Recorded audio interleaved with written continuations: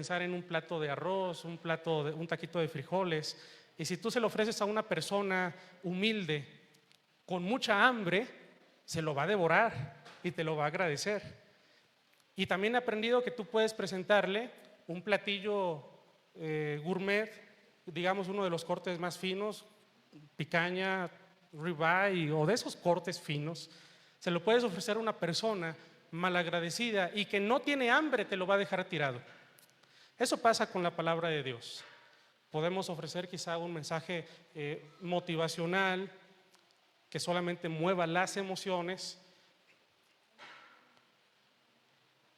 pero alguien que sabe valorar la palabra de Dios va a abrir su corazón para un mensaje especial y que nos invita hacia la madurez. Ahorita cada palabra va a tomar sentido.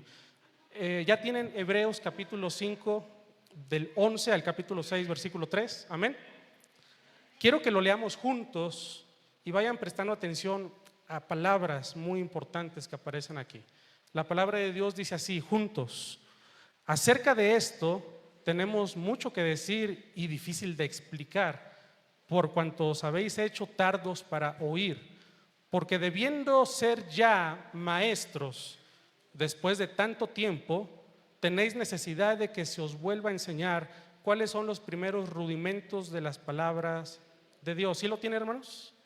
Juntos. Y habéis llegado a ser tales que tenéis necesidad de leche y no de alimento sólido. Y todo aquel que participa de la leche es inexperto en la palabra de justicia, porque es niño. Pero el alimento sólido es para los que han alcanzado madurez, para los que por el uso tienen los sentidos ejercitados en el discernimiento del bien y del mal. Por tanto, dejando ya los rudimentos de la doctrina de Cristo, vamos adelante a la perfección, no echando otra vez el fundamento del arrepentimiento de obras muertas, de la fe en Dios, de la doctrina de bautismos, de la imposición de manos, de la resurrección de los muertos y del juicio eterno. Y esto haremos si Dios en verdad lo permite. Oremos. Padre, me presento delante de ti pidiendo ser un instrumento útil para compartir palabra de edificación el día de hoy. Permite que la iglesia lo reciba atentos y reciban iluminación. En el nombre de Jesús, amén y amén.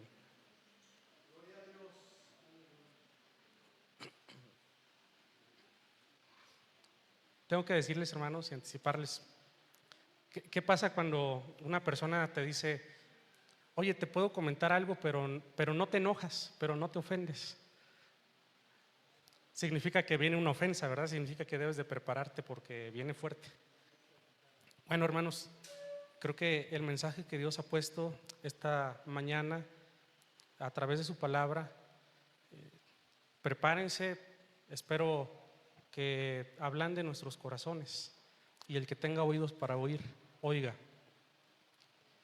El texto comienza diciendo: acerca de esto tenemos mucho que decir y difícil de explicar. Y luego tiene una cláusula: por cuanto sabéis, ¿sí? Por cuanto, una razón de decir que es difícil de explicar. En otras palabras, aquí el escritor de Hebreos, sea quien haya sido, sea que haya sido Pablo o Bernabé o Apolos o Lucas o cualquier otro apóstol, seguidor de Jesucristo, que escribió inspirado por el Espíritu Santo, está diciendo: hermanos, de verdad que hay mucho misterio que compartirles, mucha enseñanza, digamos, sólida, pesada para ustedes, pero se ha convertido en un asunto difícil para explicarles. ¿Por qué? Y aquí Reina Valera dice: por cuanto os habéis hecho tardos para oír. Consultando lo que significa tardos para oír y también consultando otras versiones, es una expresión que literalmente significa perezosos. La palabra hace referencia a un evento que llega tarde. Por ejemplo, la lluvia tardía, tardos o tardados. Pero una mejor traducción podría decir perezosos para escuchar. Hay otras versiones, otras traducciones, que por ejemplo la traducción al lenguaje actual, que es una paráfrasis, lo dice así: es difícil explicarles esto porque les cuesta entender a ustedes. Vean lo que está diciendo. No es que no quiera elevar el nivel del sermón, sino que a ustedes les cuesta entender los misterios de Dios. Viene la explicación. Porque después de mucho tiempo que ustedes ya están en el Evangelio, después de mucho tiempo que ustedes han visto señales, maravillas y prodigios, después de mucha palabra que Dios les ha dado, dice, porque debiendo, un hipotético caso, estamos hablando de lo que debería de ser, porque debiendo ser ya, ¿qué dice ahí? Maestros. Aquí no, el texto no se refiere a los maestros de escuela dominical, aclaro. Se refiere a que ustedes ya deben ser instructores de otros.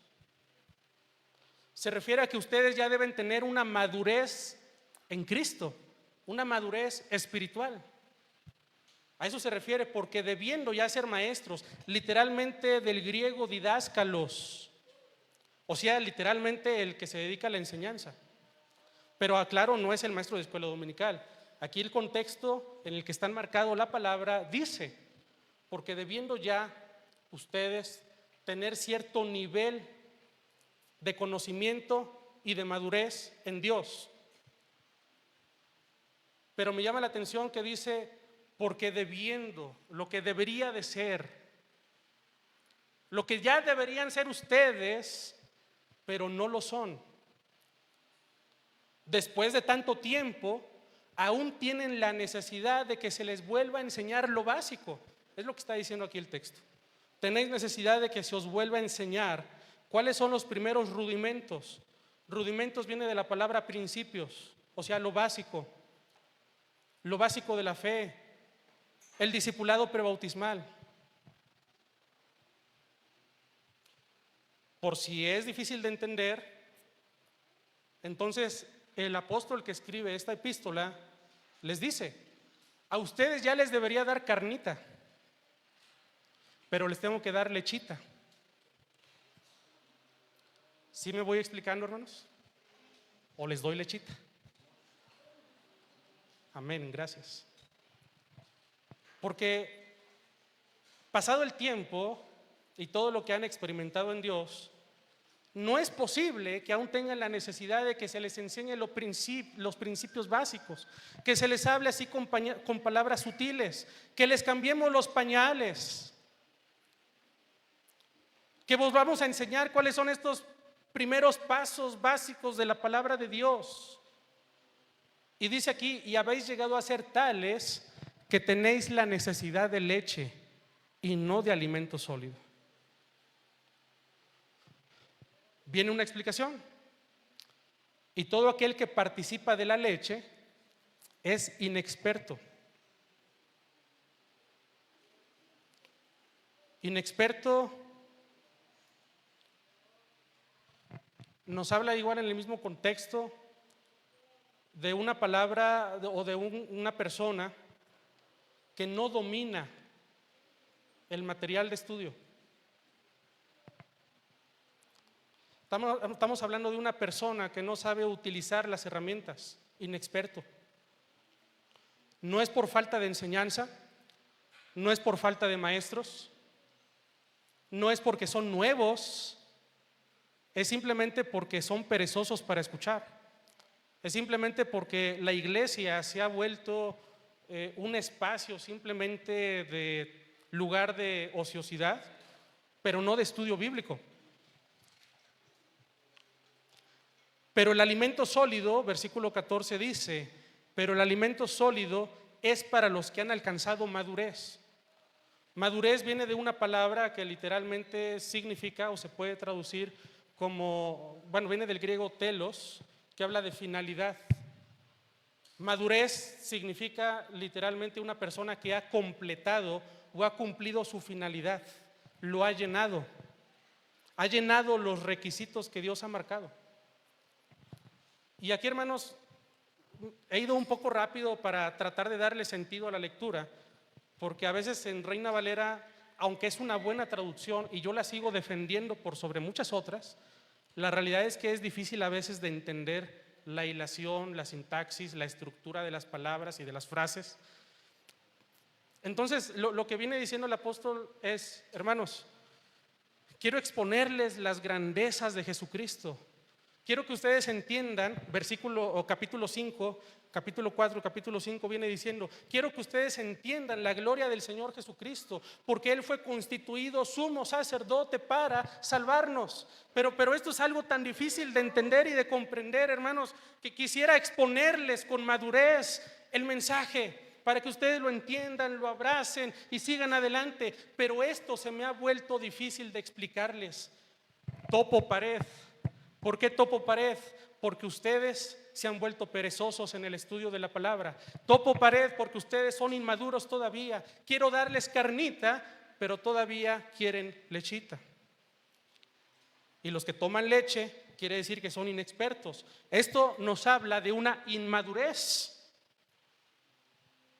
Pero el alimento sólido es para los que han alcanzado madurez, para los que por el uso tienen los sentidos ejercitados en el discernimiento del bien y del mal. Ahora, hermanos, la palabra niños, aquí aparece la palabra niño. Dice, versículo 13 dice, porque el que necesita leche es niño. Viene de la palabra en griego nepios. Hay por lo menos 3 usos que yo he visto en la Biblia para hablar de niño. Tecnón. Tecnón es una palabra que simplemente nos habla la diferencia entre un infante, un menor de edad, y una persona adulta. Aquí no aparece tecnón. Huios. Huios es una palabra griega para designar a un hijo que ha madurado, el hijo heredero. El Padre Celestial dijo, Jesucristo es mi huios, es mi hijo. Pero aquí, hermanos, la palabra niño es nepios, que significa literalmente niño inmaduro, niño que todavía cargas en brazos y que le das la leche materna. Nepios. Yo podría decir, esto ya es traducción, nueva traducción de Natanael, niño berrinchudo.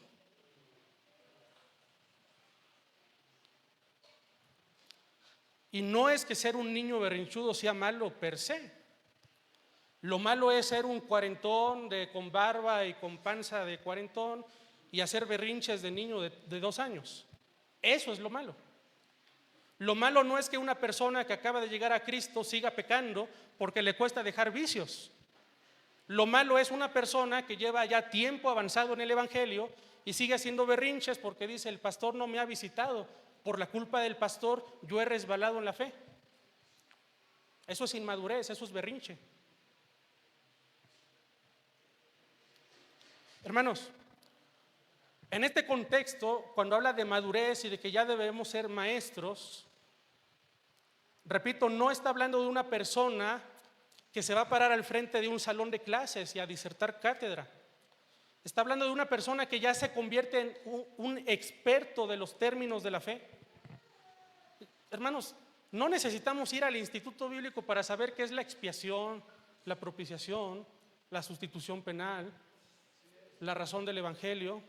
No importa que tengas 13, 5 o 30 o 50 años. En la iglesia se ha enseñado. Hemos pasado cerca de 3 años exponiendo exegéticamente cartas como Corintios, como Efesios, como Romanos, como las epístolas joaninas, como Gálatas, ahora Hebreos. Deberíamos ser expertos en la fe. La realidad es que todavía se nota y se percibe cierta inmadurez. Inmadurez en ese sentido de niños berrinchudos.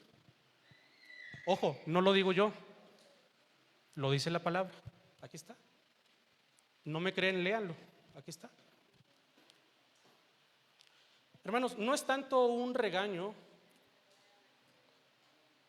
como para venir a ponerme en una posición de mírenme, yo lo sé todo y ustedes no. En el amor del Señor, espero no se entienda así. Es una exhortación. Exhortación no es regaño. Exhortación es una palabra de ánimo para convencerlos, para empujarlos. Miren, les voy a contar algo para que se rompa ese hielo, ¿verdad? Cuando yo era un niño berrinchudo, maduré Cumplí 3 años de edad. Y mis padres tuvieron que hablar seriamente conmigo y me dijeron: hijo, has cumplido los 3 años de edad, ya no eres un bebé, ahora te estás convirtiendo en un niño mayor. No, yo caminaba sintiéndome la crema innata. Bueno, ya era nata, pero la crema de la sociedad. Ya era un niño maduro de 3 años. La realidad es que seguía haciendo muchos berrinches. La realidad es que hacía más travesuras que cuando tenía 2 años. Pero en todo momento de la vida alguien tiene que hablar con nosotros para decirte: tienes que madurar, tienes que crecer, tienes que dejar el pañal, tienes que dejar el biberón, avanza, ya estás en posición de crecer, de comer carne sólida. Me acuerdo también, hermanos, cuando yo seguía siendo un niño berrinchudo de 8 años y me portaba mal. Me acuerdo en una ocasión cuando mis padres tuvieron que decirme: hijo, te has portado mal y sabes lo que hiciste, ¿verdad? Sí, sí sé lo que hice. Mira, la palabra de Dios nos enseña que debemos de corregirte. Y sacaron a una de mis mejores amigas en ese entonces. Era una varita como de este vuelo que decía palabras de amor: instruye al niño en su camino, y aun cuando fuere viejo no se apartará de él. Sacaron la varita de la corrección y dijeron: hijo, tú sabes por qué tenemos que pegarte, ¿verdad? No, pues sí. Bueno, hijo, me abraza mi papá. Vean, me abraza antes de pegarme y me dice: hijo, debes de saber que te amo mucho, que me duele más que a ti pegarte, pero tengo que hacerlo porque te amo, porque esto te va a hacer un bien. Así es que, hijo, habiéndote dicho que te amo, pon la pompi, que viene el castigo. Suavecito. Sí, nunca vi a mis padres que descargaran ira sobre mí. Mis padres nunca utilizaron chancla voladora, ni cinturón, ni gancho, ni cable de televisión.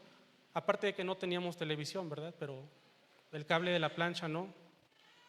Siempre razonando con el hijo y diciéndome: hijo, tenemos que hacerlo porque te has portado mal. Es más, tú elige el castigo. ¿Cuántas te tocan? ¿2 o 3? No, pues la verdad sí me pasé, me tocan 3. Las palabras que están escritas en la palabra, perdón por la redundancia, palabras que están escritas en la Biblia, están escritas con letras de amor, no para señalarnos en esta hora, no para decir: ya ven, miren, no. Están escritas para que el día de hoy se ablande nuestro corazón y la iglesia avance a un siguiente nivel. ¿Cuántos quieren experimentar la bendición de Dios? Amén. Tenemos muchos casos de enfermedad en la iglesia y a veces no avanzamos en sanidad, hermanos, porque nuestra fe es muy inmadura. ¿Cuántos quieren ver milagros de Dios? Amén. Necesitamos madurar, necesitamos avanzar en la fe, necesitamos dejar lo básico y crecer en la vida de santidad, en la piedad, en el amor cristiano. ¿Cuántos anhelamos ver una iglesia grande, creciente? Amén. Necesitamos dejar lo básico. Necesitamos dejar el concepto de que el evangelismo se predica con un folletito y que el evangelio está en 4 pasos, las 4 leyes espirituales. Eso no es el evangelio. Eso lo utiliza alguien que no domina el evangelio. Nosotros debemos avanzar hacia ser expertos en el dominio del evangelio y de la palabra. Capítulo 6 dice: por tanto, hermanos, después de haber dicho nuestra situación actual, el entonces allá se convierte en un entonces aquí, en una realidad. Por tanto, habla de un cambio, una invitación. Por tanto, dejando, lean ahí lo que dice capítulo 6, versículo 1. Por tanto, dejando ya los rudimentos, o sea, las cosas básicas de la doctrina de Cristo. ¿Cuál es la invitación para este ejército? Vamos adelante, camina, persevera, no te canses. Vienen los problemas, tú te levantas, tú sigues. Te quedas sin recursos, aprendes a sembrar en el reino de Dios. Hermanos, vamos adelante. Hemos visto que la iglesia está siendo diezmada. ¿A qué me refiero? A que muchos han dejado de asistir, muchos han abandonado la fe y eso nos desanima. Vemos sillas vacías cada domingo. Hermanos, basta de dolernos por los que ya no están. Ha sido su decisión. Vamos adelante. Hay muchas almas que aún no conocen de Jesucristo y que ellos merecen ocupar estos lugares. Por ellos hay que ir. Por los que no han escuchado el Evangelio, vamos adelante. Es una palabra de invitación. Vamos adelante hacia la perfección, hacia llenar los requisitos, cumplir los requisitos de la madurez cristiana. Vamos adelante. No echando otra vez el fundamento. Aquí, cuando dicen no echando otra vez el fundamento, se puede malentender o sacar de contexto. Por ejemplo, la Nueva Versión Internacional dice aquí en Hebreos 6:1: por eso, dejando a un lado las enseñanzas elementales acerca de Cristo, avancemos hacia la madurez.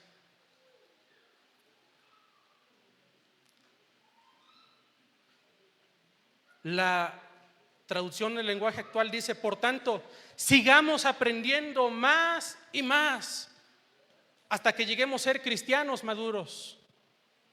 Sigamos aprendiendo más y más hasta ser cristianos maduros. Dejemos de ocuparnos en las primeras enseñanzas que nos dieron acerca de Cristo.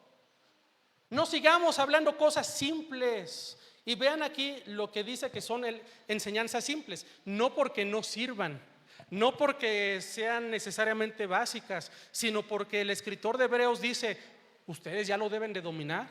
Ya debemos hablar de una neumatología o neumatología lucana, soteriología arminiana. Ya debemos de hablar de más conceptos. Ustedes ya deberían estar comprando libros de teología. Ustedes ya deberían no estar leyendo folletitos de doctrina. Ya deberían estar leyendo la Biblia en otras versiones, haciendo hermenéutica. No es para solo los estudiantes del instituto bíblico. Aquí cuando dice no echando otra vez el fundamento de las doctrinas básicas, vean qué doctrinas. El arrepentimiento de las obras que no salvan, arrepentimiento de obras muertas. Es una doctrina eje en el cristianismo, pero según Hebreos dice: esta doctrina ustedes ya la deben de dominar. Vamos a otros temas. Esto ya no debe haber dudas en ustedes. Las obras no salvan, solo Jesucristo salva. La fe en Dios. Ya no debemos estar debatiendo si la fe salva o si las obras. Ustedes ya deben ser expertos. Solo la fe en Dios salva. La doctrina de los bautismos. Ya no debemos estar discutiendo. Una vez una persona que estaba asistiendo a la iglesia con regularidad me dijo: ¿por qué debo de bautizarme? Yo le dije: porque el Señor Jesús lo manda, lo ordena. Y me dice: ¿y si no quiero? ¿Y si no quiero bautizarme? Yo le pregunté: ¿y por qué no te quieres bautizar? Me dice: porque todavía no me siento listo para un compromiso. Yo le dije: entonces no amas a Cristo. Si tú amas a Cristo, entiendes que el bautismo no es compromiso. Tú te comprometiste con Cristo desde que le dijiste: sálvame, entra a mi corazón y perdona mis pecados.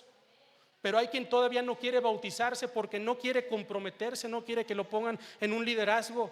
Dejemos ya a un lado ese tipo de discusiones elementales de niños berrinchudos. El que tiene que bautizarse está en edad, está en tiempo y ha creído en Jesucristo, acérquese. Necesita bautizarse. Amén. Aunque no digas amén, lo dice la palabra. Dejemos ya a un lado la doctrina de la imposición de manos. No porque sea mala la doctrina de imposición de manos, creo en la imposición de manos, sino porque el cristiano ya debe de actuar con cierto impulso. Cuando termina la predicación, en otras palabras, cuando termina la predicación, ya no te deben de rogar: hermano, pasa al frente, pasa adelante. ¿Quieres que ore por ti? ¿Quieres que te dé una bendición? Pasa aquí. Hermano, no quieres pasar aquí, ven, yo te oro. Casi voy por ti de la manita, pero pásale aquí al frente. Dejemos a un lado ese tipo ya de actitudes. El cristiano maduro siente un impulso desde su interior que lo hace pasar al frente, lo llamen o no lo llamen. Te hincas porque reconoces la soberanía de Dios, no porque te lo obliga ni te lo ruega el predicador. Dejemos a un lado ya ese tipo de doctrinas o rudimentos, no porque sean malos, insisto, sino porque el cristiano ya debe tener madurez para hacerlo. Amén. Alguien lo creyó, gloria al Señor. La resurrección de muertos, el juicio eterno. Creo que no es necesario reexplicar estas doctrinas. Se debe de entender aquí el énfasis. Deja ya tu letargo y atrévete a hacer cosas grandes en Cristo. Hermanos, yo quiero abrir mi corazón con ustedes. Cuando digo esto lo menciono con temor y temblor. Creo que si lo que estoy diciendo es muy exagerado y no es la voluntad de Dios, claramente yo soy el que debe de temblar en esta hora, porque estoy diciendo palabra humana y no de Dios. Pero si lo que estoy diciendo, tú lo puedes comprobar, es palabra de Dios y no hay un cambio en tu corazón, entonces tú debes de temblar, porque en este momento yo soy inocente. Delante de Dios he cumplido mi responsabilidad de predicar el mensaje. A partir de ahora cada quien carga su propia culpa y entregará cuentas delante de Dios. Repito, si lo que yo estoy diciendo es verdad, debes de temblar. Es un llamado a la iglesia, Filadelfia.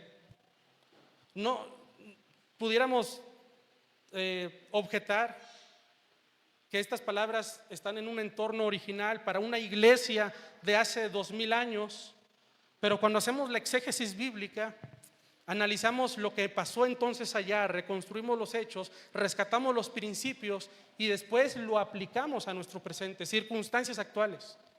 Y ahí es donde tengo que abrir mi corazón. Hermanos,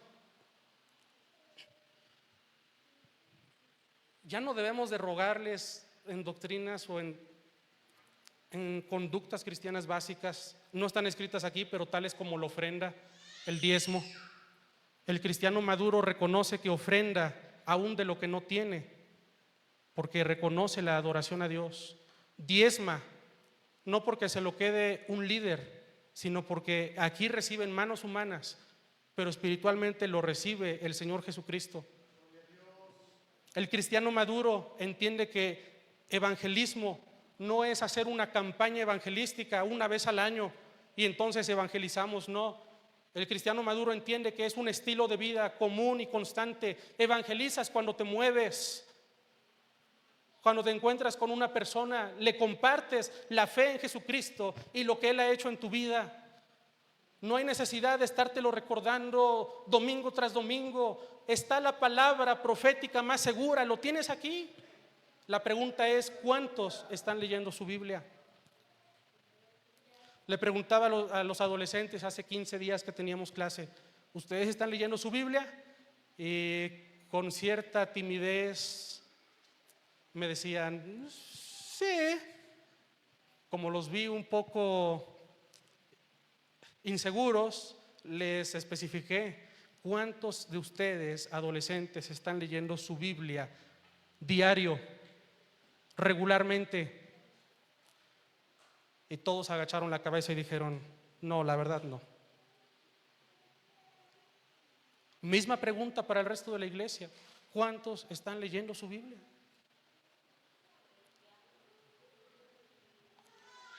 ¿Cuántos están buscando a Dios en oración, en búsqueda desde su interior, su corazón? ¿Cuántos se están alejando del mundo constantemente, analizando su vida y diciendo, esto es del mundo, no le agrada a Dios? Alejándose del pecado. Hermanos, la iglesia tiene que cambiar ciertas actitudes. Y quiero ser franco con ustedes. Perdón que sea tan específico y explícito en detalles. No es posible que siendo una iglesia que tenemos todos los recursos y toda la posibilidad, quizás estamos hablando de que mitad de la iglesia se quede a escuela dominical, mitad de iglesia, el resto se va. termina el talento y vámonos. No han entendido que el domingo es día del Señor. 6 días trabajarás y harás toda tu obra, mas el séptimo lo dedicarás al Señor, descansando el cuerpo, alimentando el espíritu. No, pero me voy porque tengo cosas que hacer. Yo diría, bueno, a lo mejor están cansados, no quieren estudiar, a lo mejor, bueno, está bien. Hermanos, la semana pasada tuvimos un convivio. Por lo regular la escuela dominical termina a las 2, pero cuando hemos tenido convivios, no es el único convivio, es la 1:20 y media iglesia está corriendo, nada más como decía Fidel Castro, comes y te vas. Comes porque te sale de gratis, pero terminando de comer te vas. Y dejas la actividad, o sea, ni siquiera porque es coinonía, ni siquiera porque es convivencia, sales y te vas. Perdón que sea tan explícito, no es posible. Queremos una iglesia creciente, pero no estamos dispuestos a dar el extra a nosotros mismos. No, hermanos, no le estoy hablando a una iglesia que tiene 6 meses de haber abierto.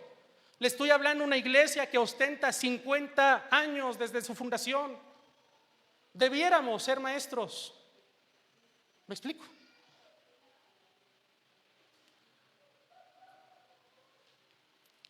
Lo digo con mucha carga en mi corazón, hermanos. Miren, ahorita no sé, no me iba a asomar. He estado sirviendo aquí en la batería. Pero a veces salgo, vigilo cómo está el entorno afuera. Ahorita el comedor debe estar vacío. Sí, no debe haber gente en el comedor haciendo comida. Y no sé si haya alguien, no sé a quién le toca, no hablo específicamente por nadie. Pero no debe haber gente en el comedor a la hora de la predicación. Es hora de escuchar palabra de Dios. Amén, gracias. Esto ya lo hablamos con los equipos de talento. Y alguien me decía por ahí, dice, pero es que entonces ¿a qué hora hacemos la comida? Digo, bueno, anteriormente era algo más sencillo, pero la gente se preparaba desde el sábado, entendiendo que el talento es un servicio a Dios. Así como los músicos vienen y se desvelan el sábado ensayando las alabanzas, así el que le toca el talento entiende que está sirviendo a Dios y lo hace con anticipación. Y me decían, entonces tú como pastor elige, o cocinamos o entramos a la prédica. Pues como pastor te digo, y les dije ese día, como pastor les respondo, prefiero que el domingo en el talento comamos un sándwich o una torta a que se queden sin escuchar la palabra de Dios. Sí, amén. Cuando es domingo y toca Santa Cena, y todos saben que el primer domingo de cada mes toca Santa Cena, estamos correteando a todos los que están afuera, entren a participar de la Santa Cena, hermanos. Somos una iglesia de 50 años, no debemos estar correteando a la gente, no. Todavía hay mucha gente, jóvenes principalmente, jóvenes, se los señalo, y perdón que se los diga, pero si no Dios me lo va a demandar a mí. Prefiero que se los demande directo a ustedes, no a mí. ¿Por qué no asistes a la iglesia? Le pregunto a tus papás. Es que se quedó haciendo tarea. Al diablo con la tarea. Tienes 6 días para hacer tus labores. ¿Sí?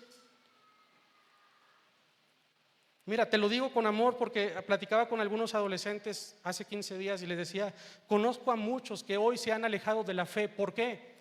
Porque dejaron de asistir un domingo a la iglesia. Se enfriaron. Hablé con una persona, Dios puso un sueño en mi corazón donde había demonios así, oprimiendo a la persona, a la familia. Yo sentí mucha carga y dije, mañana domingo los veo y los ministro. Pues no vinieron el domingo. Les mandé mensaje, oigan cómo están, así allá. No, todo bien, cortantes. A la siguiente semana volvieron a faltar. Todo bien, no, es que tuvimos un compromiso, la familia, así. Bueno, hermanos, es un testimonio real. Hoy están alejados de Dios. Hoy no quieren nada con Dios. Se los ha ganado Satanás. van camino al infierno. Ahora ves por qué, joven, te digo, no priorices ni la escuela por Dios. No estoy diciendo que no estudies, debes ser el mejor en tu escuela. Y yo sé que hay algunas circunstancias por las que a veces vamos a faltar, porque también hay que cumplir una responsabilidad civil. Eso estoy consciente. Habrá situaciones esporádicas que los jovencitos de 18 años tienen que ir a recoger su cartilla y lo hacen el día domingo. Bueno, cumple tu responsabilidad civil. Pero faltar por una tarea suena más a pretexto porque no amas a Dios. Lo digo con conocimiento de causa. Estudiaba el instituto bíblico al mismo tiempo que estudiaba la universidad. De tareas, pregúntenme a mí. Pero mis padres me enseñaron, Dios es primero.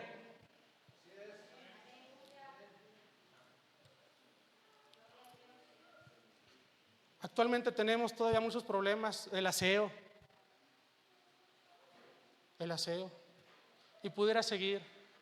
Me da vergüenza, me da pena exponer todos los detalles que atañen a nuestra congregación, porque tenemos invitados y porque esto sale en redes sociales. Pero tengo que decirlo. Eso significa inmadurez. Hay de los que dicen, pero tú no sabes lo que hay en mi corazón. Bueno, yo no sé lo que hay en tu corazón, pero Dios sí. Y Dios, que juzga los corazones, hoy te manda a decir a través de este humilde siervo: vamos para adelante, hacia la madurez cristiana. No te detengas, sigue adelante. Hermanos, ustedes no están para saberlo ni yo para contarlo, pero en el último semestre me han pedido, voy a decirlo así, me han rogado que pastoree otra iglesia, otras iglesias. Porque cuando salgo, predico, enseño, y esto no es un testimonio para exaltar el don de la enseñanza que Dios me ha dado, porque es de Dios, solo de Dios. Quiero llegar a este punto. Dicen, nos hace falta esta enseñanza, pastor. Quédate más tiempo, quédate con nosotros, pastoréanos a nosotros. ¿Te das cuenta? Voy a decirlo así, cuando salgo y enseño a otros lados, me recompensan porque es justo, porque es bíblico, ya hemos hablado de eso, me dan ofrenda, recompensan mi trabajo, es justo. Y son generosos conmigo los hermanos. Eso mismo que yo enseño y que en otros lados me dan ofrendas generosas, es lo mismo que yo enseño en Filadelfia, sin cobrarles nada.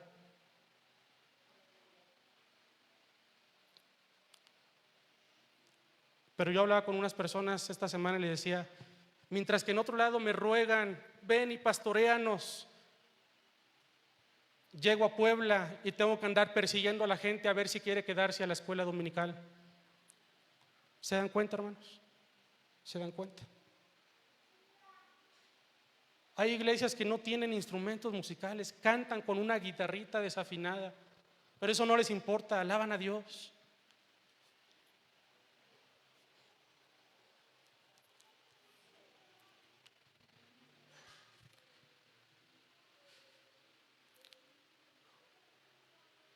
Obviamente yo soy consciente que yo no pertenezco a ninguna iglesia, o sea, local. No estoy casado con ninguna iglesia local, amo mi iglesia. Pero yo no nací para servir en una iglesia local, yo sirvo a Dios. Y yo no quiero desobedecer a Dios. Dios por el momento me ha indicado, sirve en Filadelfia, permanece ahí, enseña. Pero a veces mi corazón se desgarra y le digo, Señor, pero ¿qué pasa si la gente no quiere escuchar? Enseña y sigue predicando. Hermanos, no quiero que te duelas por mí, no, a ver si me explico, no estoy tratando de que te duelas o de que sientas feo, a lo mejor ni lo sientes, ¿verdad? Estoy tratando de que veas la incongruencia de nuestras actitudes. Somos una iglesia que lo tenemos todo, pero no lo aprovechamos. ¿Te das cuenta? Eso es lo que quiero decir. Por poner otro ejemplo, ya han sido 2 lugares donde pues obviamente yo trato de ser empático, contactar con la gente, caer bien, ¿no? Uno trata de romper el hielo y les digo a los hermanos, no, trátenme de tú, no me hables de usted, háblame de tú, tutéame. Han sido ya 2 lugares, uno en el sur del país y un poquito más al centro norte del país. Ya van 2 hermanos que me dicen, no, pastor, no. Entiendo que eres más joven que yo, pero no quiero pecar contra Dios. Reconozco que tú eres pastor y no te voy a hablar de tú. No le voy a hablar de tú a usted. Bueno, yo digo, gracias por esa honra. Todavía nuestra iglesia no se ha aprendido a respetar la figura pastoral. Otra vez, no lo digo porque yo esté pidiendo algo más. Ustedes lo saben, nunca les he dicho nada. Pero a veces a mí me dicen, el Nata. No me enoja. ¿Me explico? No me enoja. No quiero ostentar algún título, algún cargo. Soy simple siervo inútil delante de Dios. Pero esto habla mucho de la inmadurez de la iglesia. Honra a tus pastores. Hónralos. No es hermana Eli, es pastora Eli. No es Mario, es pastor Mario. No es por ostentar un título o una posición, Dios lo sabe. Es la honra que la iglesia debe aprender a dar. ¿Me explico, hermanos? Amén. Cuando la iglesia aprende entonces a caminar en madurez, a corregir actitudes, a ser fieles a Dios siendo disciplinados. Decíamos, o alguien dirá, tú hablaste del conocimiento de Dios porque ya deberíamos ser maestros y todavía estamos con doctrinas básicas. ¿Qué tiene que ver lo que estás diciendo? Que si salimos temprano, de que el prefijo pastoral, ¿qué tiene que ver todo esto? Tiene mucho que ver, porque el lugar donde Dios te ha puesto para aprender se llama iglesia. Y el medio que Dios te ha dado para que aprendas doctrina por el momento se llama escuela dominical. Y si no estás ahí, no vas a aprender, no vas a crecer. Y los líderes y maestros que Dios te ha puesto se llaman pastores. Así de fácil. Si no aprendes a reconocer tu espacio, tu lugar, si no aprendes a ser constante en la iglesia, entonces vas a seguir en el mismo lugar sin crecer. Hermanos, el mensaje, explico de nuevo. No es tanto señalar un error, aunque se tiene que decir. No es tanto una predicación como echando indirectas. Perdónenme, son directas. No es de uno solo, es toda la iglesia. Pero el mensaje el día de hoy no es señalarles y decirles están mal. El mensaje aquí es decir, hermanos, alguien tiene que hablar con nosotros y decirte, dejaste de ser un bebé de 2 años. Tienes 3 años. Has dejado de ser una iglesia de 10 años. Eres una iglesia de 50 años. ¿Se entiende? Entonces dejemos estas cosas básicas, elementales, cosas de niños berrinchudos. Y dice aquí la palabra, vamos adelante a la perfección. Y esto haremos, capítulo 6, versículo 3. Y esto haremos si Dios en verdad lo permite. Dios lo permite y Dios quiere. Porque lo que sigue después es aún más fuerte, hermanos. Lo que sigue es aún más fuerte. Dice, muchos habiendo conocido a Dios, muchos habiendo experimentado a Dios, se deslizaron, se perdieron. Hoy están muertos en delitos y pecados otra vez. Por eso la invitación es, miren alrededor. Algunos se han alejado, algunos han abandonado la carrera, pero tú no eres de esos. Tú eres de los que siguen adelante, de los que no se rajan, de los que permanecen firmes, de los que caminan viendo a Dios al frente como capitán que lucha por su pueblo, como poderoso gigante. Tú eres de los que permanecen firmes y fieles. Aleluya. Cantemos al Señor. Ayúdenme por favor los músicos, las voces. La iglesia, póngase de pie.